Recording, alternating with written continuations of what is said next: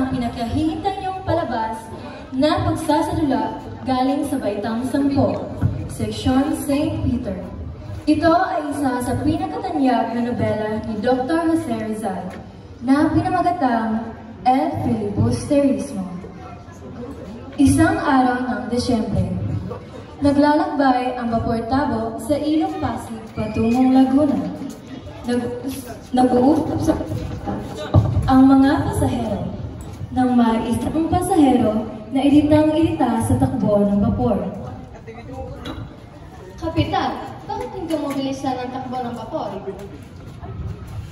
Sapagkat sasadsad tayo sa mga palayang iyan, Dunya Victorina. Walang kwenta ang mga lawas sa bansang ito at puro biro lang ang sensya na yan. Lalo babagal ang takbo ng vapor Tabo.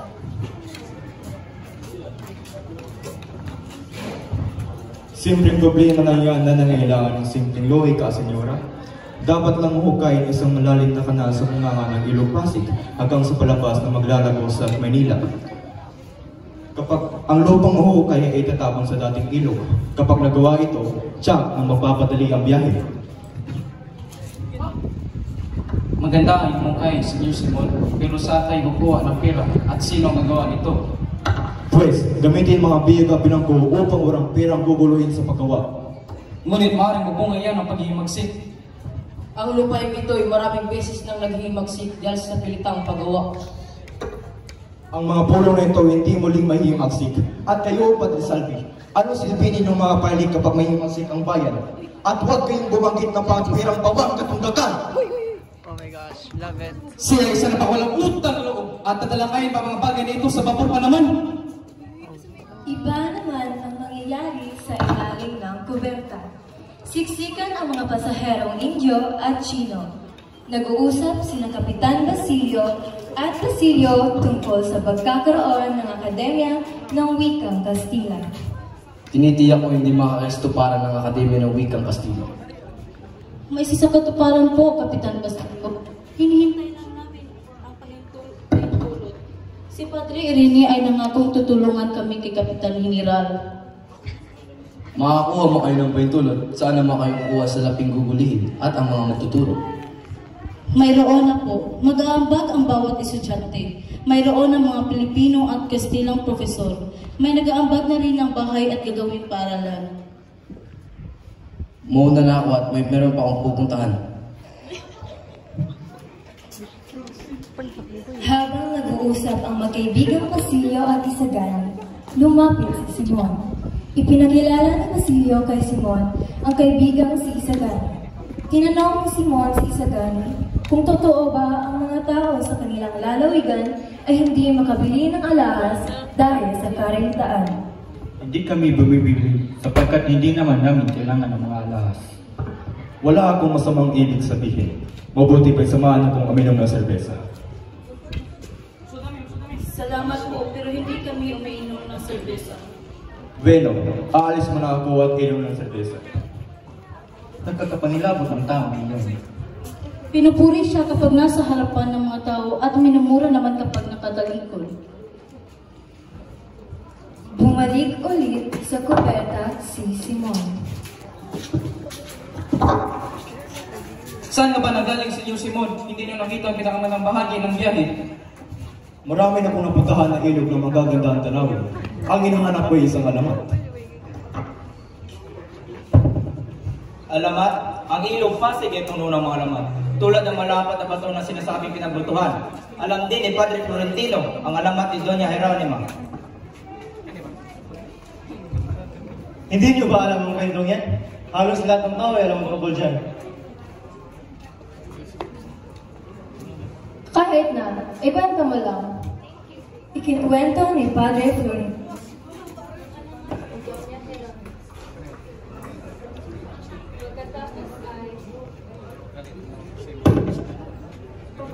Papasok na pala tayo sa lawa, Kapitan.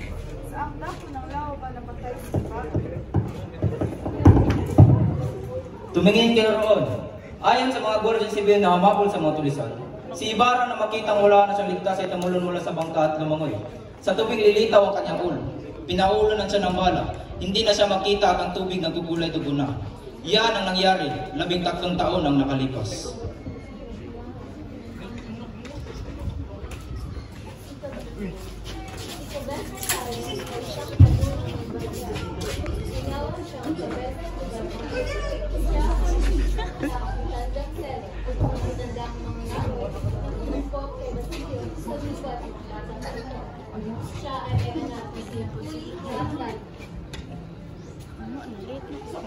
Oh, nag-video po sa maganang bakit sa day?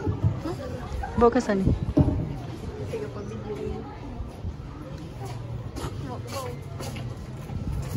Oh, okay.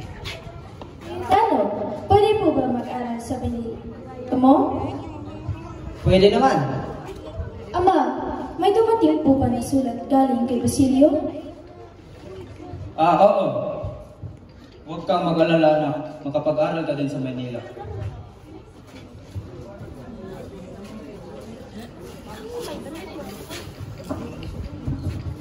O anak, may problema ba?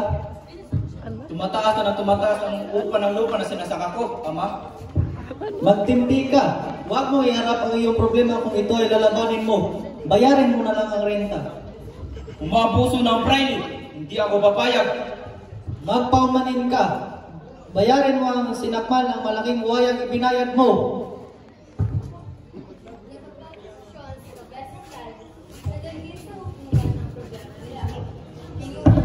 Guardia Civil si Tano upang magsilbi sa militar. Lalong ginigipit ng mga Kastila ang pamilya ni Cabezang Tales. Isang araw, dinukot ng mga tulisan si Cabezang Tales at ibinagtutubos sa halagang 500 piso. Halos mabaliw si Selo at Huli. Hindi nila alam ang gagawin. May 200 piso si Huli, ngunit hindi iyon makasasapat. Siya ay nagdasal ng nagdasal, ngunit walang milagrong naganap.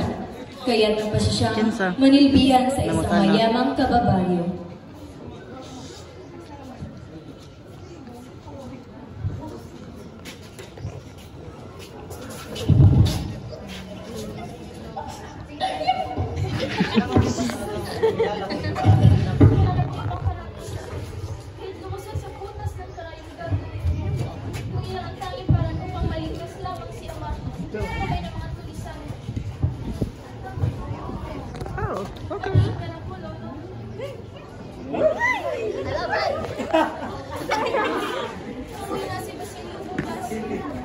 Hindi ko maaaring mahalin si Basilio at malalaman niya. Hinayaan ko magdusa kaysa ibenta ang laging niya. Paalam, mahal ko! Bumisita sa puntod ng ina at kapatid niya si Basilio. Habang paalis na siya, ay may nakita siyang lalaki.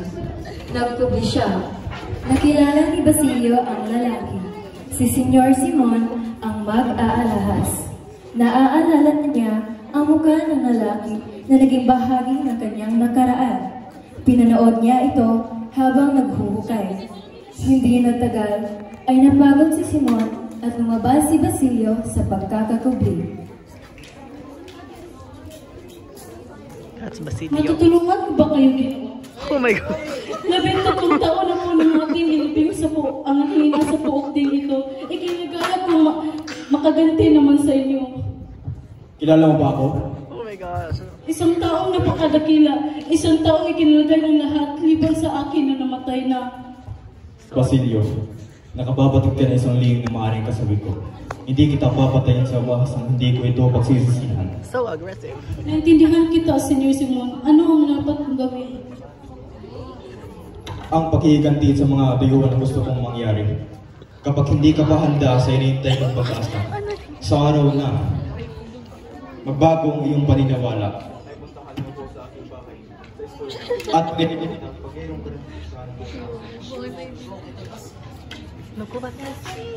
Nasa bayan at si Senyor Simon at mga nakasama niya. Dala-dala ang mga alahas na nasa loob ng baul. Malugod naman silang tinanggap ni Cabezang Tales.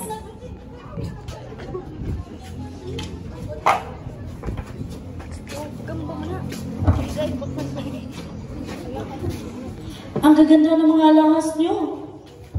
Wow! may naitaw ba kayong mga alahas? Wala na po. Naibenta na lahat ng anak ko. Teka, Kabisang Tales. Nasaan ang lakit ni Maria Clara? May diamante at esmeralda na suot si Huli bago pumasok siya sa monasteryo. Talaga? Nandyan ba? Bibilang ko, magkano po ba? Ito lang. Kung ako ang tatanungin, hindi ko yan ibibenta. Hihingi muna ako ng paintulot sa anak kong si Huli. Gabi na at nakatulog si Simon sa kakahintay ni Kabesang Tales. Kinaumagahan, napata ang revolver niya. Ipinapalit ito sa lakit. Sumama si Kabesang Tales sa grupo ng mga tulisan. Pinaalahanan niya si Simon na mag-ingat sa mga kasama niyang tulisan. Tumawa si Simon ng malakas. Oh my gosh. Okay. Ang ba rin ang taong aking hinahanap? Snake Queen. Naglalaro ng parahan sina Padre Sibila, Padre Gamora, Padre Irene, at Kapitan General. Dumating din si Basilio.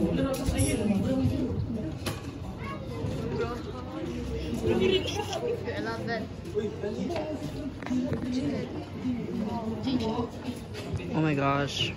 The change though. Simon, halika't sumalik sa amin. Anong naririyan ngayon?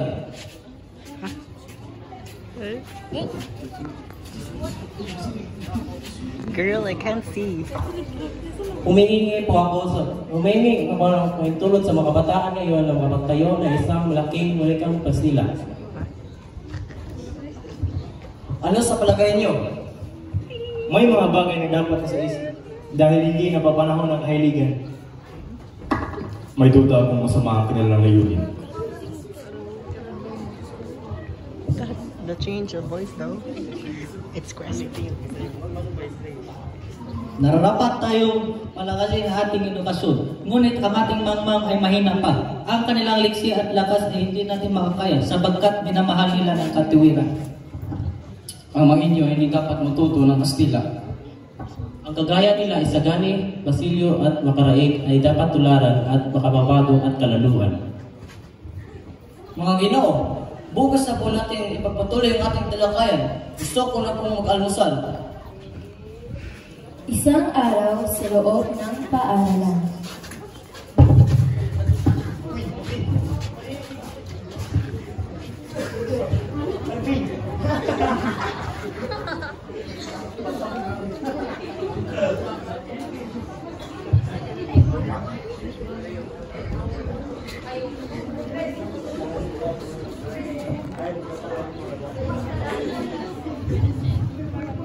Oh, they're students?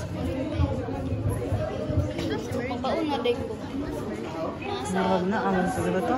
Ay, mong pa-print no?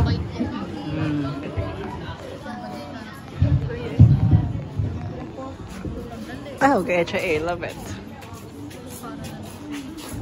Ole, Penitente. Kamusta ang iyong bakasyon, Placido? Maganda ba? Okay lang naman, ikaw. Maganda naman rin yung sa akin. Pinuntahan namin ang bayan ni Padre Gamora. Natagpuan ko pa nga ang iniibig ni Basilio eh. Wala naman to si Basilio. Ang iniibig niya ay walang alam sa Espanyol, walang pera, isang katulong sa isang bahay, mayain, pero maganda. Sige na, magaganda ako. Alam. Talaga? Parang wala kang naririnig ah. Dumaan ang magtiyahin na sina Doña Victorina at Paulita. Nagkangitian sila ni Isagani. Ano nangyari sa'yo? Wala, mahuli na tayo sa klase. Sige na nga, tara.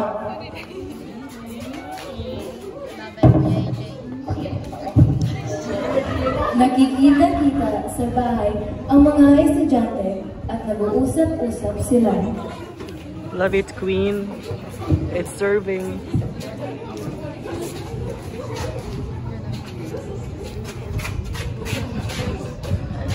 Kaninang umaga, nakita ko ang Padre Rene at sabi niya lahat na ngayon sa Los Banos ang nag-totoo ngayon na nalalaan ko sa asang lupon na para lang tumaya mga desisyon. ngunit hindi naman ginagamit ang lupang iyan. Iyan din sabi ko kay Padre Rene. Ang sasabi nga si Don Custodio, isang kasanggundi ng lupa ang magdedesisyon. Ngunit kung hindi sumang-ayon si Don Custodio, gumagamit tayo ng ibang paraan. Gumamit muna tayo ng ibang paraan. Ako ang kakausap kay Ginoong Pasta. Kung ako'y hindi magtatagumpay, tsaka natin gawin ng ibang paraan.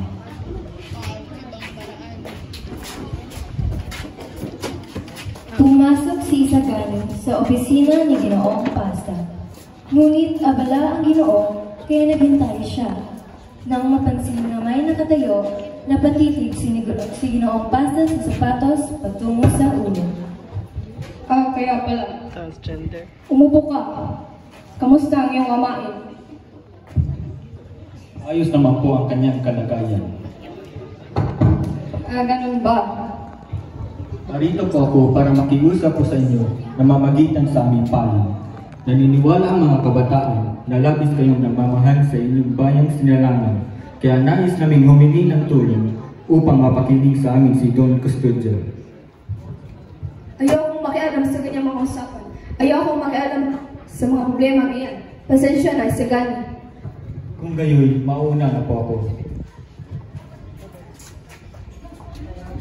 Sa may silid ni Quiroga, nag-uusap sila ni Simon.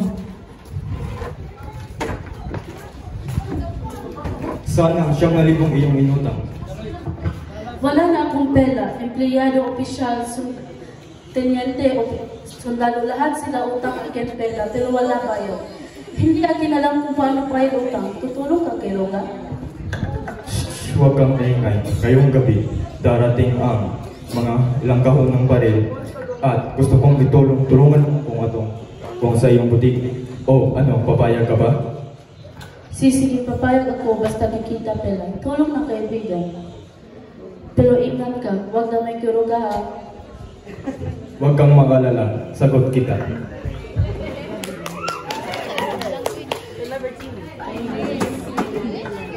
Inaanyayahan sina Bensay, Padre Camora, Padre Salve, Quiroga, Doña Victorina, at Paulita na pumunta sa pista sa Quiapo.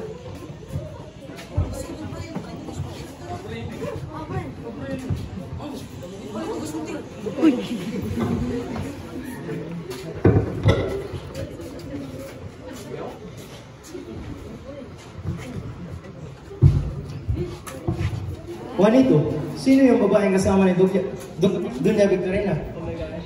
Si Paulita Gomez, pamangkin niya. Napakaganda naman dalaga iyan at presentahan pa niya ang estudyante ko. Ako si Mr. Vince, senyoras at senyores. Sa isang salita, ako ay buhay ang gamit ang akong ito. At kayo ay makipag-usap sa mga tao may kalanganak sa nangyari ngayon at sa inaharap. Dirembo, speak! Speaking, sabihin mo sa kanila kung sino ka at anong iyong alam kay Ura. Ako ay si Mitis. Oo, ikaw na may kurang maitim na buto. Ikaw na maparatang sa kapwa. Ikaw na lumapastangan. Ikaw na pumatay sa kapwa. Ikaw na demonyo. Demonyo! Pinatay mo ang dalaga. Pinatay mo siya. Pinatay mo siya! Patawad! Buhay pa siya, buhay! Mahabak ka!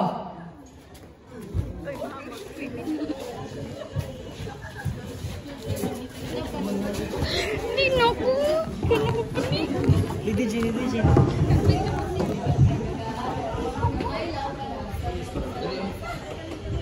Binabasa niya ang mga papel tungkol sa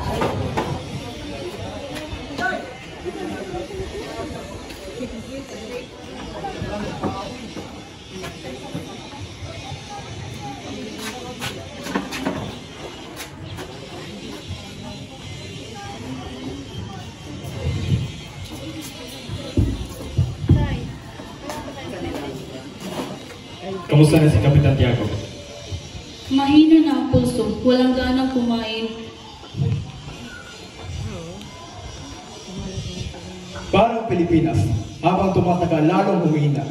Napansin kong hindi mo binabasa ang ibinigay ko na libro sa iyo. Wala kang pagmamahal sa bayan. Senyor, Wag na. Sa loob ng 1 oras, magsisimula ang himagsikan. At bukas ay wala ng mga universidad. Wala ng mga mag-aaral at magpapahirap. Naparito ako sa 2 bagay. Ang ikamamatay mo o ang iyong kinabukasan. Ang sa panig na umapa sa iyo o sa panig ng iyong bayan. hindi ko alam. Papasya ka.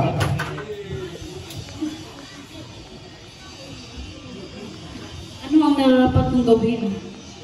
Pamumunuan ninyo ang isang pangkat at salakayin ang isang kumbento sa Santa Clara. Do'y ilabas isang tao, maliban sa inyo ni Kapitan Tiago na nakakaalam, si Maria Clara. Huli na kayo, Senyor Simon. Wala na si Maria Clara. Patay na? Hindi totoo yan! Ika-6 ng hapon na siya ay mamatay. Hindi! Kasi nalagingan yan! Buhay si Maria Clara! Buhay pa siya! Duwag sa rason yun! Basilio! Buhay pa siya! Ililigtas siya ngayong gabi o ikay mamamatay bukas! Naparoon ako sa kumbento upang makibalik-balita sa nila sa akin ang lahat. Narito ang sulat ni Padre Santabi na dinala ni Padre Irene. At dahil na rin sa sulat na iyon ay nagminagtis ngayon si Kapitan Tiago.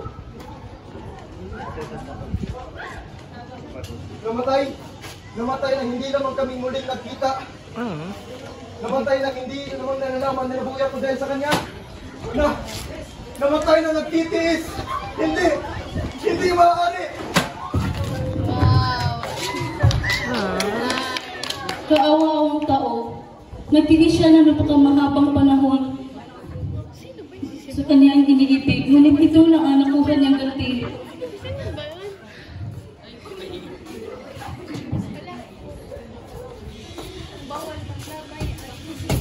Isang araw, pauwi na si Basilio galing sa paaralan. Pagkatapos kong pumunta sa ospital ay tutungo naman ako kay Macari upang manghingi ng pera upang tustusan ang aking pagtatapos ng medisina. Tila yata kakaiba ang kinikilos ng mga tao.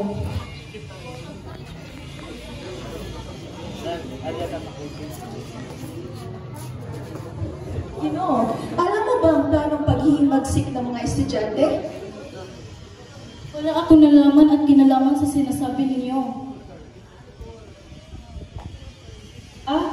Mukhang hindi yan tinatuloy. Maraming mga mag-aaral na sangkot. Mas mabuti pa't sunugin mo ang lahat ng kasulatang may kaugnayan sa bagsang ito na meron ka upang hindi ka madamay.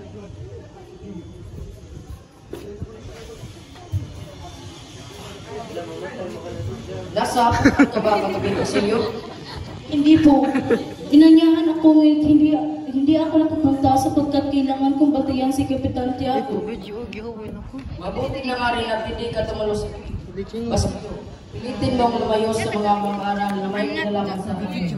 Umuwi ka na at sirain ang lahat ng papeles na maaaring makasapot sa inyo.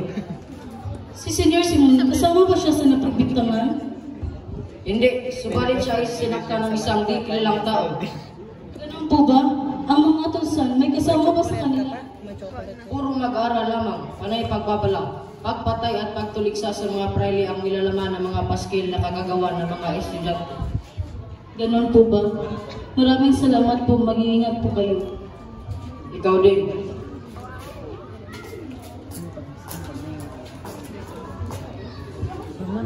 Mas mabuti na ang ganito.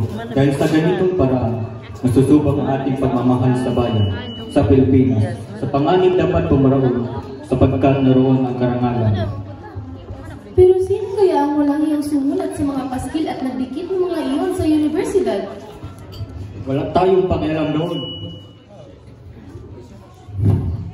Ang mahalaga kung naayon iyon sa atin at mabuti ang nakasulat doon.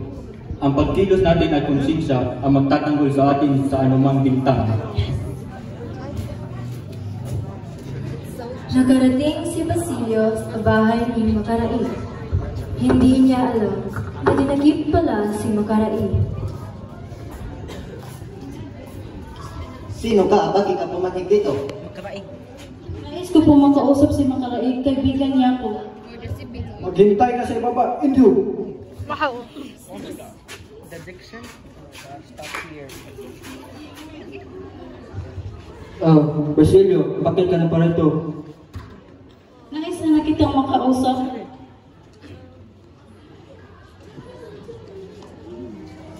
Indio, sino ka? Basilio po. Isang mag-aaral ng medisina sa tali ng analogi? Opo. Salamat naman at hindi po namin narakit ka rin namin. Wala naman ako kasalanan. Knife.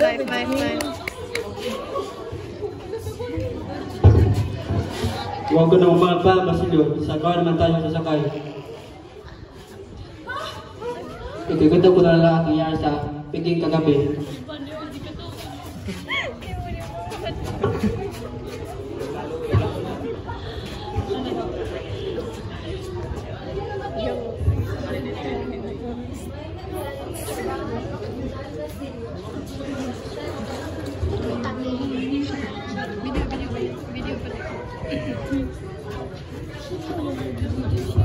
Oh, the ship from a gentleman to a priest. Oh my god.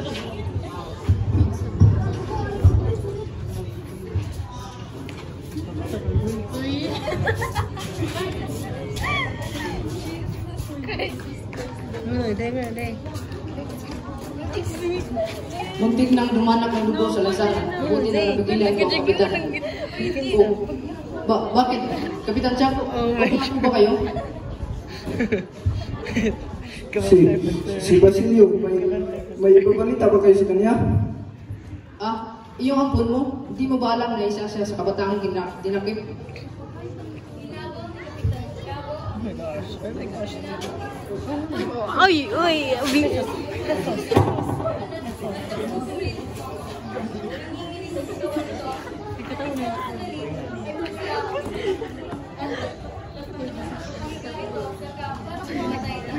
Kapitan!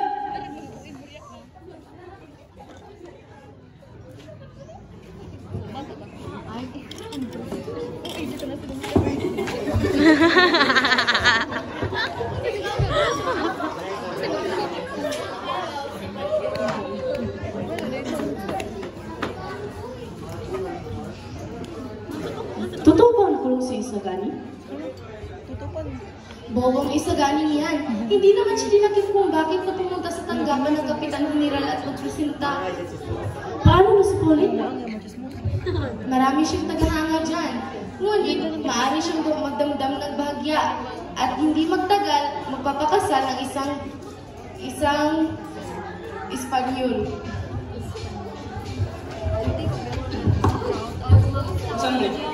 Galaw na.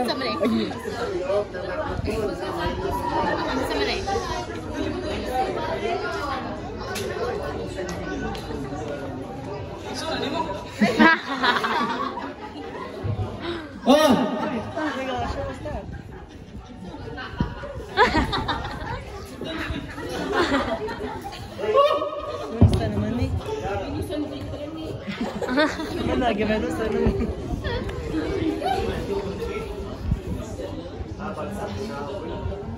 Abas.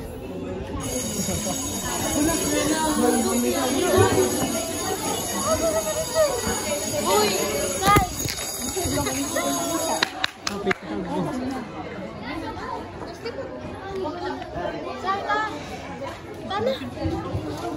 Ano po ba ang narinig ni Hermano? Ma'am, yes. Nakikita po ba si Basilio? 10 minutes. 10 Oo, minutes. nandun siya sa kulong. Hindi maaari! Oh my gosh, love it. Bakit kamatay na si Kapitan Tiago? Sino makatutulong kay Basilio?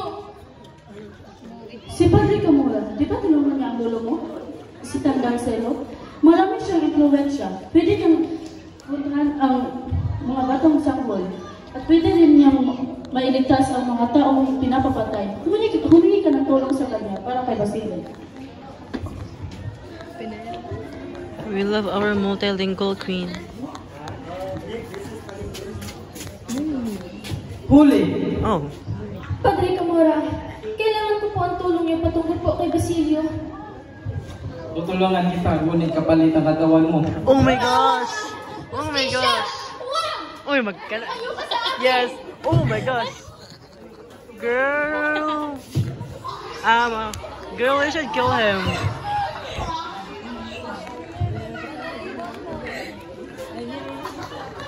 No, uy! Nagtitiyak kung napaka-garba. Who is she? Love it though.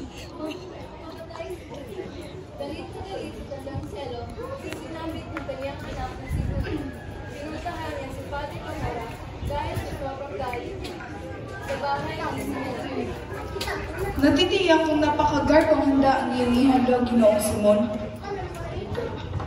Wala akong malaking lugar upang pagsaduan isang malaking piki. Kung ganon, sana kayo na lang ang nakabili sa bahay ni Don Tiago at hindi napunta kay Don Timoteo Pilais ng libre. Ngayon, magpapakasal na ang kanyang anak na si Paulita Gomez.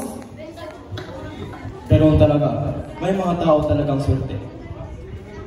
Kung sa bagay, mabuti ka lang at si Juanito ang kanyang napakasalan at hindi isang hamak na makatang na si Sagani. Marunong din mag-isip ang babae. Alam niya hindi niya kayang ang buhay mahirap. Yes, love our critical thinking queen. Go girl.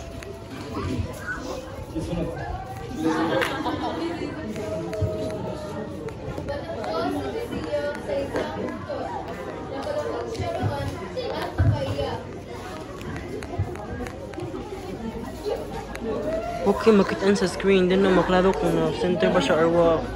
Sama mo. Wow, ma'am. Masad ka, ma'am?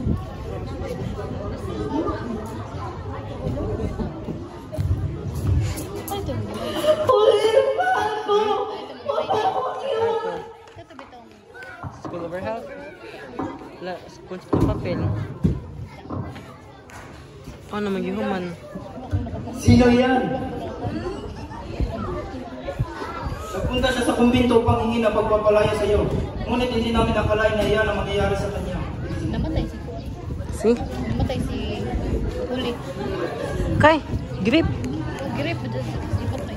Oh, Julie, mahal ko! Bakit mo ako iniwan? ako ang Julie Astor ba?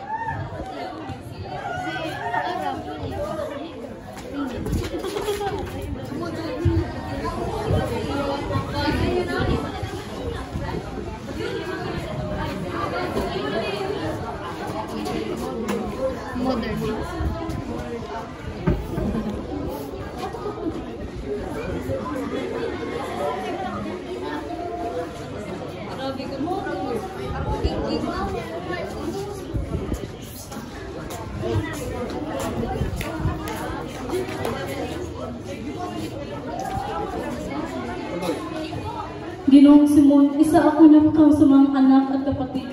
Nakalimutan kong pinatay ang aking kapatid at pinarusahan ang aking ina. Ngayon, pinaparusahan ako ng Diyos. Wala na akong ibang nararamdaman kundi ganti at paghihigante at galit. Gaya nung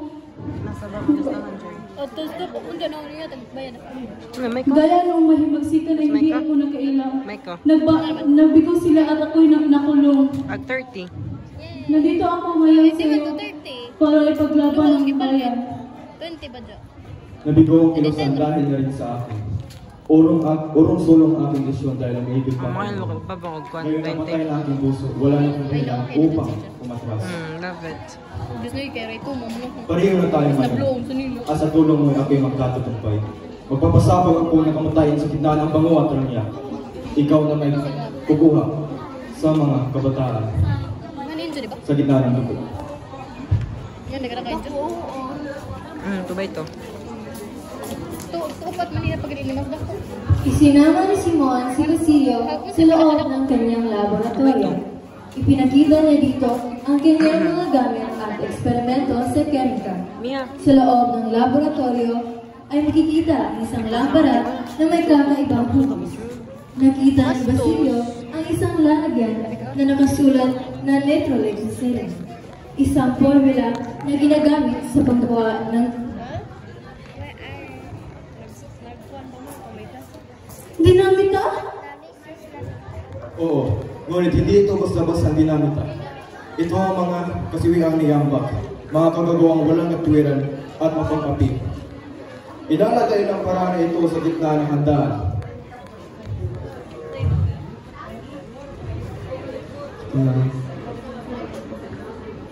At napakaningning ng ilaw na ibibigay nito.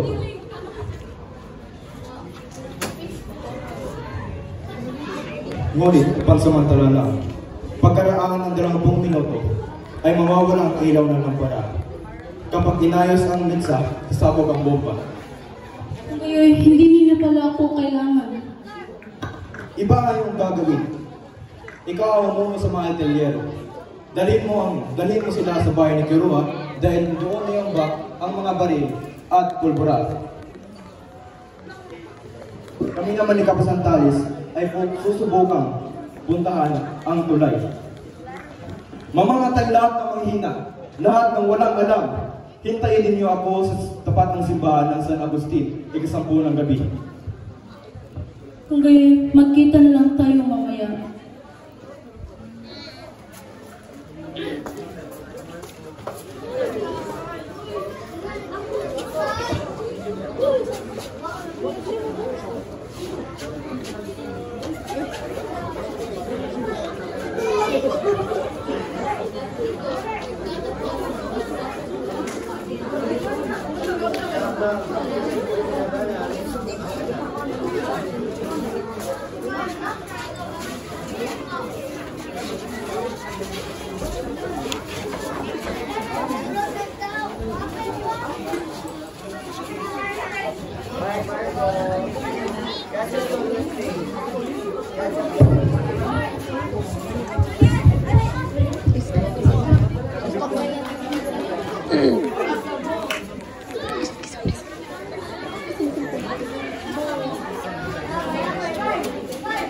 Ako si Julian Amper bilang isang narrator.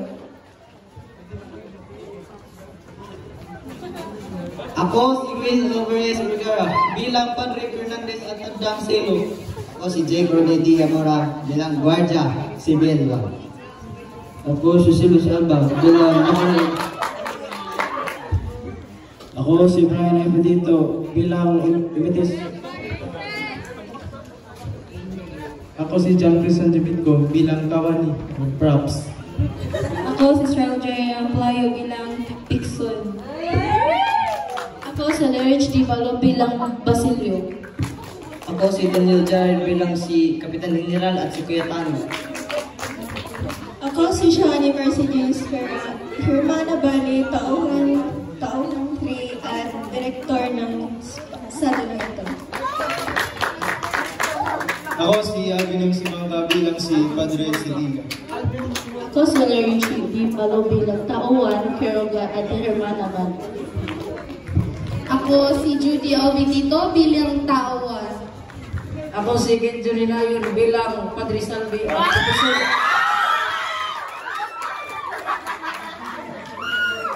Ako si Lance Pimapisos bilang Sagan. Ako si Philip A. Bernido bilang Kalihim. Ako si Tinkian Simon bilang Mr. Lids at Padre Rene. Ako si Francis Puti bilang isang Guardia Civil at Kapitan Tiago. Ako si Desiree Aplagadar bilang Sugensay. Ako si Simon John F. Bayo po bilang Simon. Ako si Julian Nonok Ascal bilang Pasta. Ako naman po si Arabella Jean Barasa bilang Huli. Ako si Esther James Manuel Bipigo bilang Don Custodio at Padre Camora. Ako si Alisa Mibigan Yudi as Doña Victorina. Ako naman si Sofia Mary Bernieses bilang si Sinang, Paulita Gomez at ang scriptwriter ng tulang ito. Ako naman po si A.J. Aguilar as Antonio Jose D. Aguilar. Kapitan Basilio ay naman ito. Ako si John Paul Cruz. Bilang kapitan ng Bapor at